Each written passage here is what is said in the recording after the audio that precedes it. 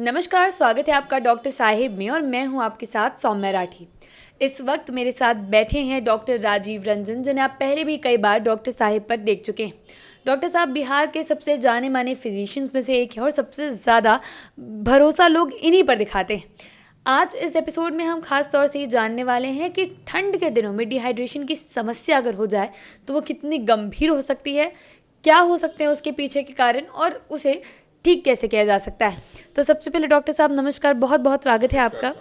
Doctor साहब, dehydration अक्सर गर्मी के दिनों में होती है और इलाज उसके बारे में क्या होता है क्या नहीं होता हम बहुत बार बात कर चुके हैं, लेकिन आज मैं जानना चाहूँगी कि अगर ठंड के दिनों में किसी को डिहाइड्रेशन हो जाए तो पहली चीज़ तो ये होती कैसे है ठंड के मौसम में। देखिए सौम्या जी, ठंड और डिहाइड्रेशन का संयोग थोड़ा अटपटा सा लगता है, क्योंकि हर आदमी डिहाइड्रेशन में समझता है कि ये गर्मी के दिनों में जो डायरिया हुआ, समर डायरिया हुआ, गैस्ट्रोएंटेराइटिस हुआ, उसकी वजह से डिहाइड्रेशन होता है। ठंड के दिनों में जो डिहाइड्रेशन होता है वो वायरल गैस्ट्रोएंटेराइटिस की वजह से होता है। तो वायरल गैस्ट्रोएंटेराइटिस में दो तरह से गैस्ट्रोएंटेराइटिस वायरस इंड्यूस कर सकता है, वायरस उसको एग्रेवेट कर सकता है, वायरस का आक्रमण हो सकता है पेट के म्यूकोसा पे, गैस्ट्रिक म्यूकोसा पे। एक तो नॉर्मल जो फ्लू वायरस है, नॉर्मल रेस्पिरेटरी सेंसिटिव वायरस है, वो सर्दी खांसी के साथ आपके पेट को भी झकझोर सकता है, तो उसमें भी आपका लूज मोशन होगा, उल्टियाँ होंगी और डिहाइड्रेशन की तरफ आप उन्मुख हो सकते हैं। दूसरा नोरो वायरस, एक डेफिनेट वायरस है नोरो वायरस, जो सिर्फ पेट के म्यूकोसा पर ही, इंटेस्टाइनल म्यूकोसा पर ही उसका असर होता है।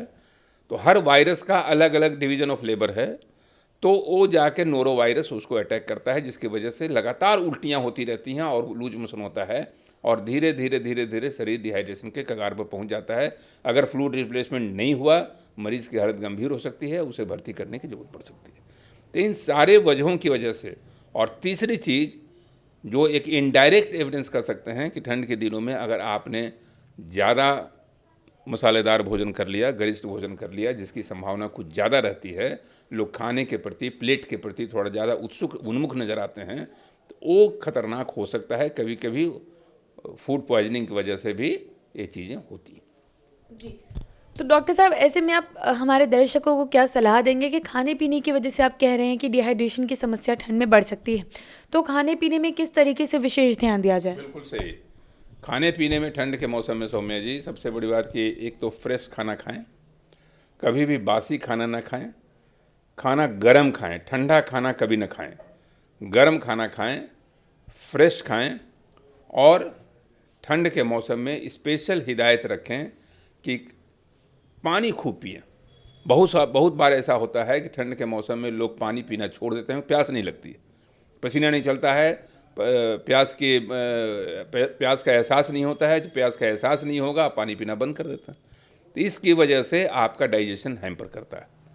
तो वो आपसे मेरी ये गुजारिश है, मेरी इल्तिजा है आपसे कि ठंड के दिनों में भी आप पानी के इंटेक को बदस्तूर जारी रखें, प्लस खाने में आप हाइजीन का ध्यान रखें। अगर ठंड के दिनों में बहुत बार आदमी शादी ओकेज़न में जाता है, कई बार सोशल ओकेजन्स में जाता है, वहाँ पर आप ध्यान रखें कि हाइजीनिक फूड हो, गर्म खाना हो, और बहुत ज़्यादा स्टेल फूड की तरफ ध्यान न दें, बहुत ज़्यादा परिमाण में न खाएं। अगर स्वादिष्ट भोजन भी रहे तो बहुत ज़्यादा ठंड के मौसम में ज़्यादा खाने की प्रवृत्ति बढ़ती है, उस पर अपने आप को अंकुश लगाएं, नियंत्रित रखें। जी, डॉक्टर साहब अगर जैसा कि आप बता रहे हैं कि ये सारी चीज़ें हो सकती है ठंड में, ऐसे खाने में हम लोग सुधार कर सकते हैं, लेकिन ये पहचानेंगे कैसे कि डिहाइड्रेशन हो रही है ठंड के मौसम में, क्योंकि जैसे आपने खुद ही वीडियो की शुरुआत में बताया कि ठंड और डिहाइड्रेशन का अटपटा सा कॉम्बिनेशन है, तो लोग सोचते ही नहीं हैं, तो पहचाने कैसे।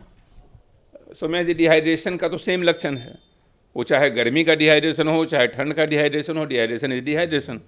तो डिहाइड्रेशन में आपका मुंह सूखने लगेगा, चमड़ी सूखने लगेगी, आप अंदर से इरिटेबल नज़र आइएगा, ब्लड प्रेशर आपका फॉल करेगा, पल्स आपका तेज हो जाएगा। तो ये सारी चीज़ें जब होने लगे, आप अंदर से बहुत चक्कर वगैरह आने लगे आपको, तो जो डिहाइड्रेशन के फीचर्स होते हैं पानी की कमी के, वो फीचर्स आपको ठंड के मौसम में भी जो डिहाइड्रेशन होगा उसमें होगा।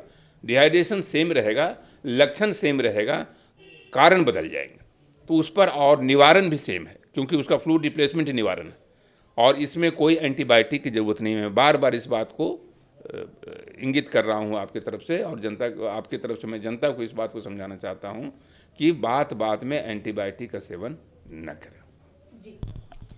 उम्मीद करती हूँ कि डॉक्टर साहब ने जो सारी बातें बताई हैं आपने उन्हें ठीक तरीके से सुना और समझा होगा। इसी के साथ बहुत जल्द मुलाकात होगी अगले एपिसोड में। तब तक के लिए अगर वीडियो को फेसबुक पर देख रहे हैं तो पेज को लाइक करें, यूट्यूब पर देख रहे हैं तो चैनल को सब्सक्राइब करें। कमेंट सेक्शन या मेल बॉक्स के माध्यम से आप बता सकते हैं कि डॉक्टर साहिब से आपके और क्या सवाल हैं। धन्यवाद।